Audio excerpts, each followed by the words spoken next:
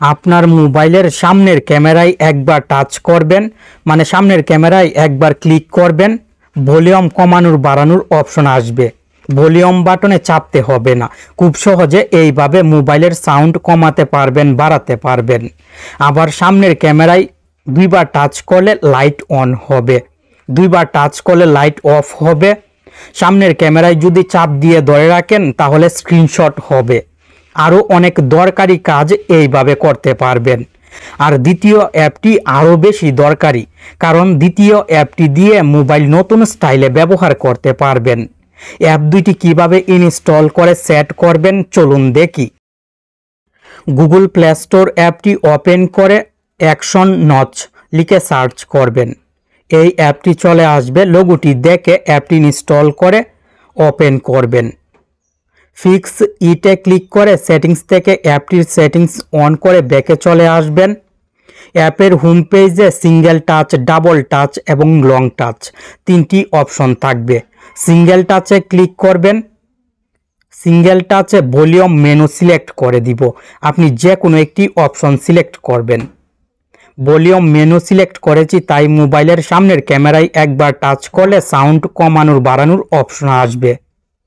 Double টাচে torch select করব। মোবাইলের সামনের ক্যামেরায় দুইবার টাচ করলে লাইট অন হবে, আবার দুইবার টাচ করলে লাইট অফ হবে। লং টাচে স্ক্রিনশট সিলেক্ট করব। আপনার দরকারি যে কোনো অপশন সিলেক্ট করতে পারবেন, এখানে অনেক অপশন দেওয়া আছে, তবে প্রো লেখা আছে যে অপশনের পাশে সেই অপশন ব্যবহার করতে পারবেন না। অ্যাপের হোম পেজের উপরের দিক থেকে টু লাইনে ক্লিক করবেন। সেটিংসে ক্লিক করে নিচের দিক থেকে কাস্টম নচ পজিশনে ক্লিক করবেন। নচ সাইজ, নচ পজিশন সামনের ক্যামেরার পিছনে রাখবেন এইভাবে, তাহলে সহজে কন্ট্রোল করতে পারবেন।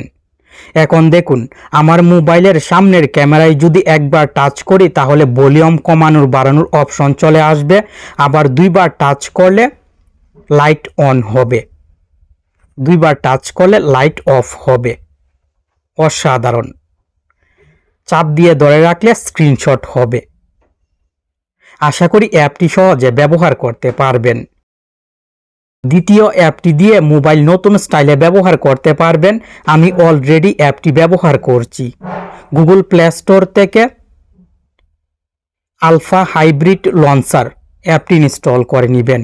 অ্যাপটি ওপেন করবেন, কয়েকটি সেটিংসের পারমিশন দিতে হবে, প্রত্যেকটি সেটিংসের পারমিশন দিবেন, মোবাইলে নতুন স্টাইল অ্যাড হবে। আশা করি অ্যাপটি একবার হলেও ব্যবহার করবেন। এই দুইটি অ্যাপ থেকে কোন অ্যাপটির কাজ আপনার কাছে সবচেয়ে বেশি ভালো লেগেছে অবশ্যই কমেন্ট করে জানাবেন।